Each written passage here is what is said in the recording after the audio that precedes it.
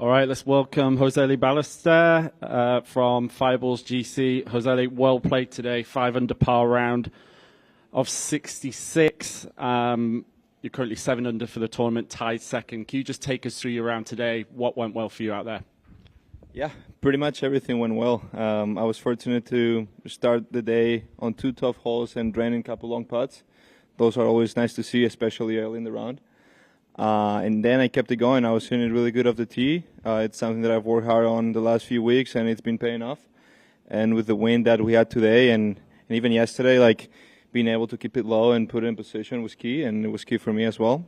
And yeah, it was kind of a bummer to make that down bogey on 18, especially after a huge drive, but happy with how I closed 1 and 2, especially those playing into the wind. I think I hit some good shots towards the end of the round, and really excited for tomorrow.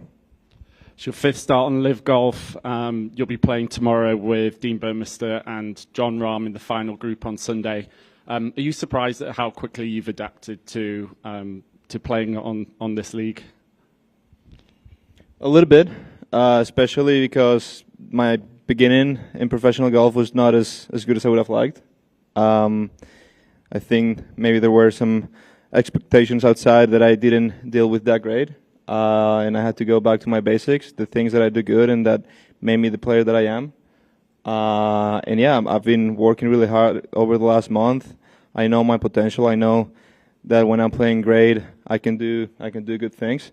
And it's been great to see this, past few weeks, like all the hard work paying off a little bit. Finally, Fireballs, they're also leading the team championship this week. Can you just describe how it's been being part of this team and looking for that win tomorrow?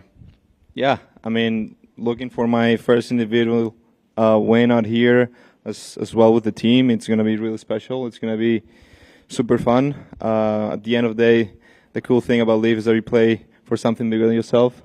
It's something that I learned in college. Our coach always told us that, and we still have that mindset here on LIV, which is pretty cool. And yeah, really excited of the test tomorrow. I'm super pumped to play with John. It's something that when I came to college here in the States, I always look up to him, and being able to share a final pairing with him, it's going to be really fun. Awesome. Over to you, Mike. You had mentioned the dumb bogey. How would you describe it? Why was it dumb in your mind? Well, I hit a 410-yard drive. I was 20 yards from the green, and I hit 4 shots from there. So I know the shot wasn't easy because the angle was not the best. It was pretty downwind, and the green was firm, so I knew I didn't have much space.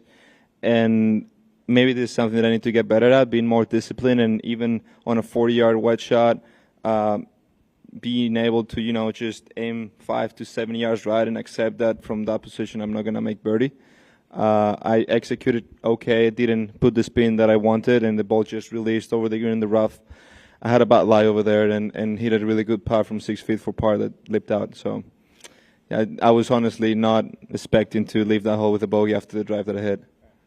And Sergio was in here yesterday, and he was talking about how you needed to get to a comfort level, when you started out as a pro.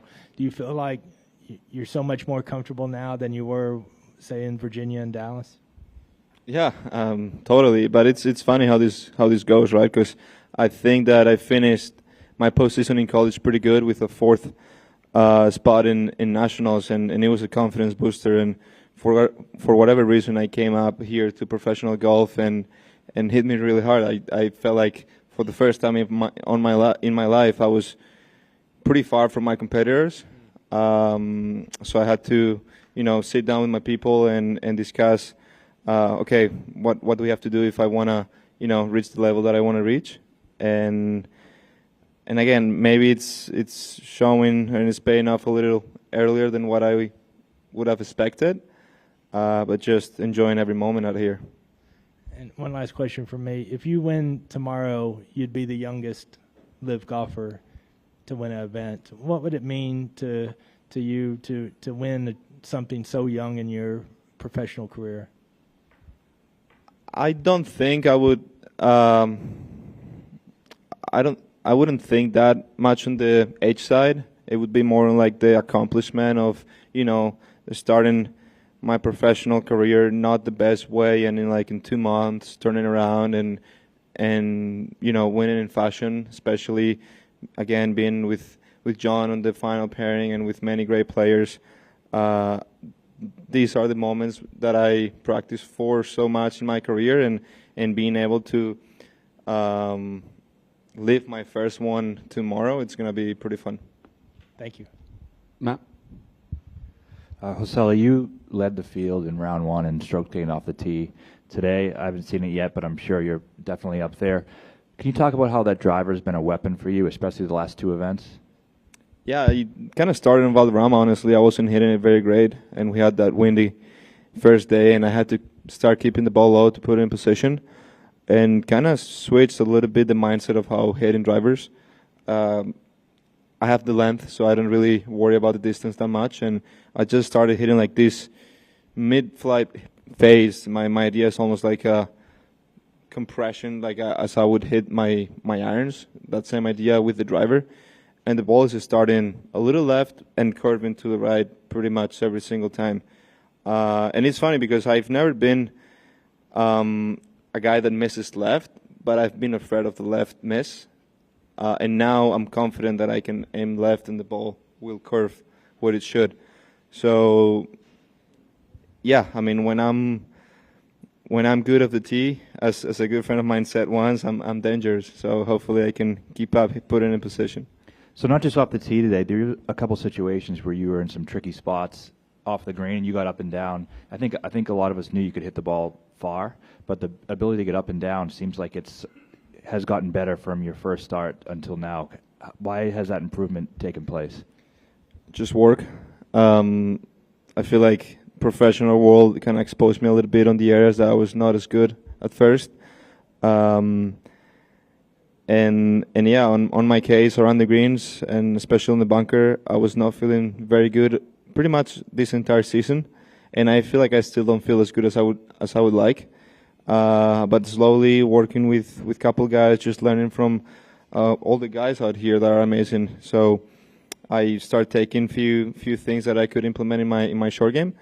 And I gotta say though, I mean, when you're playing great and you're hitting your drivers in position and you're not missing much and you're putting for birdie almost every time, subconsciously your short game also gets better. So if my technique got a little better and overall I'm playing better, it's probably going to be a little easier to convert those up and downs.